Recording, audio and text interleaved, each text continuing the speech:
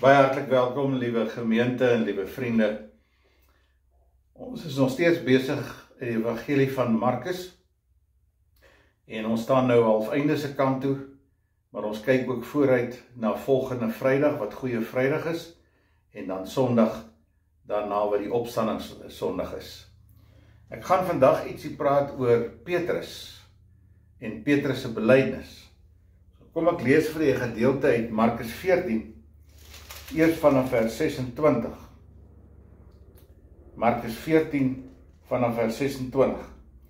Nadat hulle die lofsang gesing het, het hulle uitgegaan na die Olyfberg toe. Toe sê Jesus vir hulle, julle sal almal van my afvallig word. Daar staan immers geskrywe, ek sal die herde doodmaak en die skape sal uit mekaar gejaag word, volgens Sagaria 13 vers 7. Maar nadat ek uit die dood opgewek is, sal ek julle vooruit gaan na Galilea toe. Petrus het vir hom gesê, al sal almal van u afvallig word, ek sal nie. Jesus sê toe vir hom, dit verseker ek jou, jy sal vandag nog, in hierdie nag, voordat die haan 'n tweede keer kraai, my 3 keer verloon. Maar Petrus het nadruklik gesê, al moet ek saam met u sterwe, ek sal u beslis nie verloon nie. En al die ander disippels het dieselfde gesê. Vers 66 van Markus 14, terwyl Petrus onder in die binnehol was, kom een van die hoofpriesters se diensmeisies daar. Toe sy vir Petrus sien, besig om hom warm te maak, kyk sy na hom en sê, jy was ook saam met die man van Nasaret, die Jesus. Hy het dit egter ontken deur te sê, ek ken hom nie en ek verstaan ook nie wat jy sê nie. Toe het hy na die deur se kant toe gestaan en daar het 'n haan gekraai. Die diensmeis het hom gesien en weer vir die wat daar by hom gestaan het gesê, hy is een van hulle. Maar Petrus het dit weer ontken. Rukkie later het die wat daarby gestaan het vir Petrus gesê, werklik, jy is een van hulle, want jy is mos ook 'n Galileër. Toe begin Petrus te vloek en hy sweer, daardie man van wie jy praat, ken ek nie. En onmiddellik het die haan 'n tweede keer gekraai. Dit het Petrus tot die byval gekom wat Jesus vir hom gesê het, voordat die haan 'n tweede keer kraai, sal jy my 3 keer verloon. En Petrus het in trane uitgebars. Nou die vraag wat 'n mens vra is, huil Petrus oor homself, dat hy die Here in die steek gelaat het. Hy wat Petrus is. Of hy ly oor Jesus. Hy ly oor homself of hy ly oor Jesus. Kom ek gee vir 'n bietjie agtergrond dat ons net Petrus van naderby leer ken. As jy Johannes 1 vers 40 tot 43 lees, dan sien ons dat Andreas was die broer van Simon Petrus. En hy het vir Simon Petrus aan Jesus gaan bekendstel en so word Petrus dan 'n disipel. So Andreas was amper die 1 talent mens waarvan ons net 3 keer lees in die evangelie van Johannes, maar hy gaan haal vir Petrus sy broer en stel hom aan Jesus voor. En dan lees ons ook, hulle was seuns van Johannes. Ons lees ook dat hulle was deel van Jakobus en Johannes, wat deel gevorm het van die binnekring van die disippels. En nou ja, as jy na die binnekring kyk, dan moet jy sê, dit was Petrus en Jakobus en Johannes wat deel was van die verskyning van Moses en Elia op die berg, wat seker 'n ongelooflike ervaring was. Dit was ook hierdie 3 disippels wat Jesus saamneem daar na die tuin van Getsemane, toe hy gaan bid het en sy sweet soos bloeddruppels op die grond geval het. En elke keer as hy terugkom en vir hulle vra, het julle saam met my gewaak en bid, dan vind Jesus hulle aan die slaap. Maar is dieselfde Simon Petrus, toe Jesus op 'n stadium gesê het, wie sê die mense is ek? Dan gee hulle mos nou allerhande name. Elia en Jeremia, Johannes die Doper. Dan sê Jesus, maar julle, wie sê julle is ek? En dan sê Simon Petrus wat kom met hierdie pragtige belydenis, as hy sê, U is die Christus, die Seun van die lewende God. En dat Jesus dan antwoord, gelukkig as jy Simon Bar-Jona, want vlees en bloed het dit nie aan jou geopenbaar nie. Jy is Petrus, en op hierdie Petra, hierdie belydenis, dat Christus die Here is, sal hy sy kerk bou. So dis so 'n bietjie 'n kyk in die lewe van Petrus, waar ek aan die einde weer bietjie iets sal afsluit. Maar nou hier in hierdie gedeelte kry ons vir Petrus in die binnehof van die priester.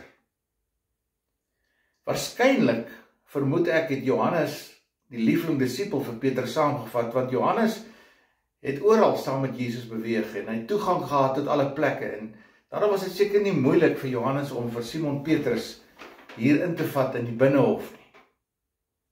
En terwyl hy hom daar by die vuur staan en warm maak, dan sit een van die meisies wat vir hom sê, maar is jy nie ook deel van die groepie van die Jesus nie? En hy ontken Petrus dit.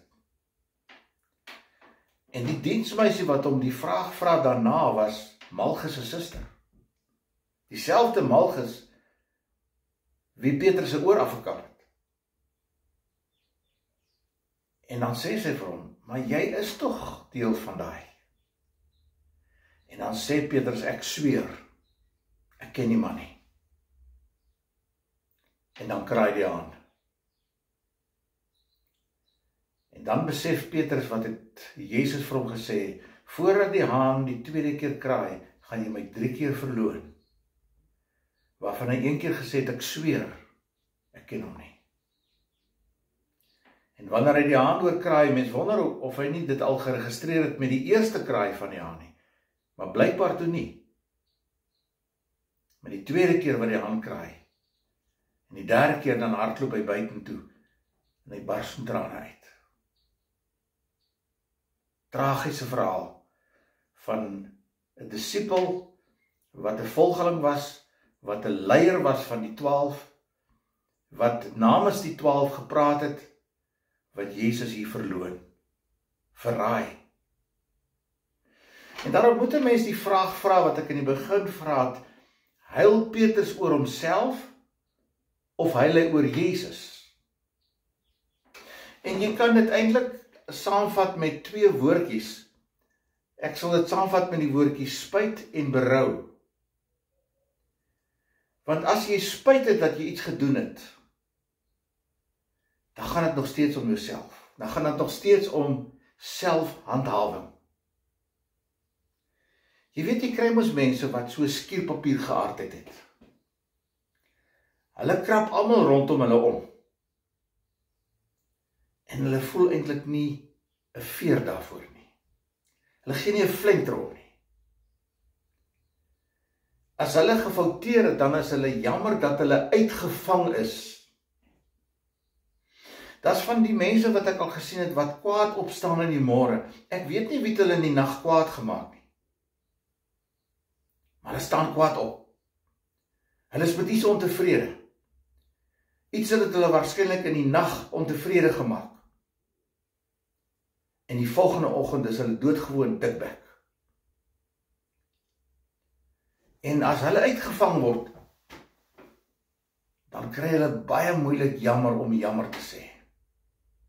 Dit is vir hulle bitter moeilik om te sê ek is jammer of ekskuus, want dit gaan oor die selfhandhawing, gaan oor die eie ek. Gaan daaroor dat hulle uitgevang is, dat hulle voel hulle is benadeel. Ag, sies tog. En dan kry jy die mense wat werklik berou het, en dit is mense wat voel, maar ek het daai persoon te nagekom. Ek het onnodig verkeerd opgetree. Ek het nou onnodig myself opgeblaas en dikbek rondgeloop. Dit gaan nie vir hulle om vrede te kry met God en met die naaste nie. Dit is vir hulle jammer om jammer te gaan sê. Hulle wil dit nie doen nie. Want dit gaan oor selfhandhawing. Maar as jy berou het, dan gaan buig jy voor God en jou naaste. Want iemand het een keer baie mooi gesê, God se oë sit by die voete van ander. Dan huiwer jy nie om te erken, ek was verkeerd nie. Dan huiwer jy nie om te erken dat jy jammer is nie. En dit te bely nie. En daar's twee persone wat jy hier aan kan koppel in die Bybel. En die een wat spyt gehad het was Judas. En daarom het hy homself gaan ophang. Spyt. Maar Petrus het berou. En wanneer Petrus berou het, dan wil hy gaan regmaak met Here Jesus, dan wil hy gaan regmaak met sy naaste. Dis die verskil. Maar nou moet jy vir jouself ook die vraag vra, maar is dit noodsaaklik dat 'n mens gaan vra vir skuldbelydenis en vergifnis? Is dit noodsaaklik? Sonde wat nie bely word nie. Sê Dawid in Psalm 51, nadat hy die daad met Batsheba gehad het, verteer my van binnekant af soos iets wat krap en wat net nie ophou nie. Hy sê dit is soos 'n vuur, Psalm 32 sê hy dit, vers 3 tot 5, dit is soos 'n vuur wat brand in my binneste. Hy sê dit in Psalm 39, waarskynlik die Psalm wat geskryf het nadat hy sy seentjie verloor het by Batsheba. En sê, Here, U moet my tong mylband soos 'n donkie by die dorpsvloer, want ek is bang ek gaan goed nou sê waaroor ek later spyt wees. Maar Here, ek kan nie stil bly nie.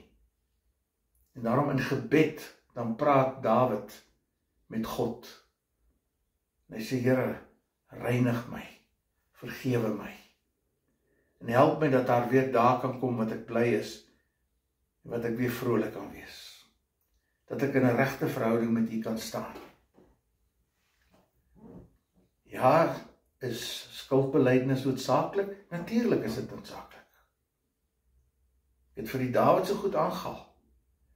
Is noodsaaklik dat jy elke dag jou skuld bely en weer die Here vergewe en hy verwyder dit vir mekaar weg soos die ooste van die weste, Psalm 103 vers 8 en 9. Trouwens, die Here dink nie eens weer daaraan nie, sê Jeremia. Want God is anders as mense. Hy dink nie eens weer aan jou sondes nie. Daarom het God in Christus eintlik vir ons 'n groot uitveer gegee. Die Here kom nie net 'n streepie trek deur jou sonde nie, want dan sien jy mos dit nog. Hy het vir Christus as die groot uitveer gestuur om ons sondes uit te vee. Want God wil nooit weer daaraan dink nie. Hy gaan jou nie op die skouer klop en sê, onthou jy wat gister gebeur het of gisteraand gebeur het nie? Hy vergewe onvoorwaardelik. As dit by sonde kom en jy het berou en jy het vergifnis gemaak, dan dink God nie weer daaraan nie. Hy dink nie weer daaraan nie. Dis anders as mense, né? Hy dink nie weer daaraan nie. Maar nou moet ons ook vir onsself eerlik en opreg vra, maar hoekom vergewe God my? Is dit omdat ek so oulike mens is? Is dit omdat ek so pragtig my belydenis verwoord het? Of so mooi belydenis afgelê het? Nee. God vergewe op grond van sy genade en sy goedheid. Niks anders nie. Esegiel 18 vers 2 sê, God wil nie hê dat een mens verlore moet gaan nie. Daarom die uitnodiging as Jesus sê, kom na my toe almal wat moeg en oorlaai is, en ek sal vir julle rus gee, gaan julle vrede gee. Vrede, sê Paulus, wat jou verstand te bowe gaan. So God vergewe my op grond van sy goedheid en sy genade. En kyk wat gebeur 'n bietjie later met Petrus in Johannes 21, wat 'n latere byvoeging is tot die evangelie. Na die visvang episode en die waterloopie kom hulle op die strand. En dan gaan stap Jesus 'n entjie met Petrus. En hy vra vir Petrus 3 keer, Simon en Johannes. Johannes wat dit opgeteken het, is net so agter hulle, hy hoor die hele gesprek. En dan sê hy, Simon, seun van Jona, het jy my lief, agapae mes in die Grieks. Wat antwoord Petrus? Ek hou van nie. Dan vra hy die tweede keer, Simon, seun van Jona, het jy my lief? Dan sê Petrus weer, ek hou van nie. En die derde keer sê Jesus, Petrus, hou jy net van my? En dan bars hierdie selfe Petrus weer in trane uit, en hy sê, Here, U weet alles van my af. U weet van my belydenis, U weet van my verloning, U weet van my berou, U weet alles van my af. En dan sê Jesus vir hom, pas my skape op en laat my lammers vry. Jesus gee hom die opdrag om sy kerk uit te bou. Hierdie selfe Petrus wat hom verloon het, man. Hierdie selfe Petrus wat gesê het, ek sweer ek ken hom nie. Hy kry die opdrag om die kerk van die Here Jesus te gaan uitbou en die evangelie te verkondig. En hy word aangestel weer as die leier van die 12 disippels. En dan begin Petrus oral te preek en die evangelie van Jesus te verkondig. En ons ken die belangrike toespraak in Handelinge 2, waar duisende tot bekering gekom het. En mense in verskillende tale begin praat het. Na die toespraak van Petrus op Pinksterdag, is daar tonge van vuur wat kom en op mense gaan sit. En die Heilige Gees word amptelik uitgestort. In jare daarna, in die jaar 66 na Christus, onder leiding van keiser Nero, word Petrus tereggestel vir sy geloof. En die oomblik as hy gekruisig word, dan sê hy, ek gaan nie so gekruisig word soos my Here nie, ek is dit nie werd nie, kruisig my onderste bo. En terwyl hy onderste bo gekruisig word, dan begin Petrus te bid vir die mense. Want hy het diepe berou. En dan word beweer dat meer mense tot bekering gekom het daar, as in sy ganse bediening. As in sy ganse bediening. En alles dink ek het begin by Petrus se berou. Opregte berou, Here, ek het teenoor U gesondig. Ek het teenoor my naaste gesondig. En daarom is dit belangrik vir ons om ook 'n punt daarvan te maak om gereeld, nie sommer so 'n terloopse gebedjie nie, maar so gereeld te gaan op ons knieë en te vra, Here, vergewe my sondes en wis my oortredinge uit. En bring my in opregte, skoon, rein verhouding met U, o Here, en teenoor my naaste. Dat ons nie maar net pleistertjies sal opplak nie, maar dat daar oop, egte, eerlike berou sal wees. Want dan alleen, sê Gesang 230, sing ek dankbaar my verlossingslied. Dan alleen. Want dan is my verhouding tot God en Jesus in die reine gestel, en ook my verhouding met my naaste. Mag die Here vir ons daartoe help. Amen. Kom ons bid saam. Troue almagtige God en Hemelvader, U wat vir Jesus gestuur het as die lam wat geslag is, wat ons sondes weggeneem het. U wat vir ons oproep tot berou en bekering. Help dat ons verhouding met U en ons naaste in die reine sal kry. En U sal dien met hart en mond en hande. Dankie dat U bereid is om ons te vergewe. Ons vra dit in Jesus naam. Amen. Ontvang met bidende harte die seën van die Here. Mag die genade vir ons Here Jesus Christus